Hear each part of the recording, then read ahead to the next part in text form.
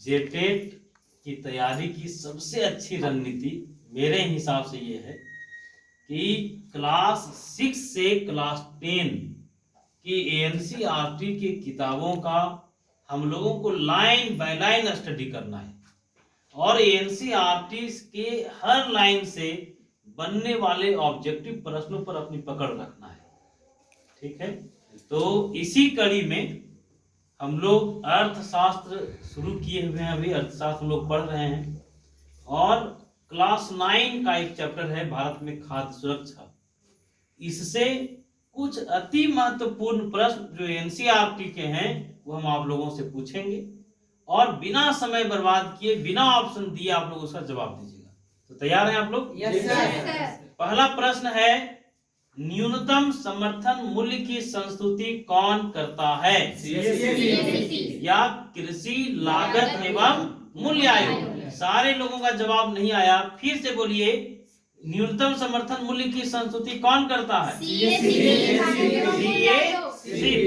चलिए अगला प्रश्न है, कृषि उत्पादों का मूल्य निर्धारित करने के लिए खाद्य मूल्य नीति समिति 1964 की सिफारिश पर 1965 में कृषि मूल्य आयोग की स्थापना की गई। एपीसी का नाम बदलकर कृषि लागत एवं मूल्य आयोग कब किया गया? 1985। तो एपीसी की स्थापना कब हुआ था? 1965। और 1965 में एपीसी था, इसका नाम बदल के सीएससीपी कब कर दिया गया? बताइए जल्दी से। भारतीय खाद्य निगम एवं कृषि कीमत आयोग की स्थापना कब की गई? 1965। बिल्कुल सही जवाब है। अगला प्रश्न है, इंदिरा गांधी ने कब गेहूं क्रांति शीर्षक से एक विशेष डाक टिकट जारी कर क्षेत्र में हरित क्रांति की प्रभावशाली प्रगति को आधिकारिक रूप से दर्ज किया? तो 1968। चलिए बहुत अच्छा। बफर स्टॉक व्यवस्था कब शुरू किया गया? 1969। बफर स्टॉक व्यवस्था कितने फसलों के लिए? कौन कौन फसल? चावल का बफर का सर्वाधिक बफर किस महीना में? अप्रैल में। और दोनों फसलों का सर्वाधिक जुलाई में। चलिए अगला प्रश्न है, सार्वजनिक वितरण प्रणाली सबसे पहले कब शुरू हुई? 1950। सार्वजनिक वितरण प्रणाली 1950 में। बताइए एकीकृत बाल विकास सेवाएं कब शुरू किया गया? 1975 में। फिर से बोलिए। मिड डे मील कब शुरू हुआ? 15 अगस्त।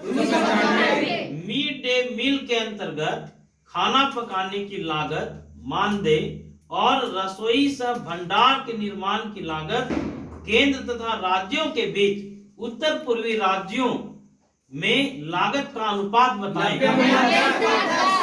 90:10। और अन्य राज्यों में 75:25। लेकिन आप लोगों को बताना है उत्तर पूर्वी राज्यों के नाम।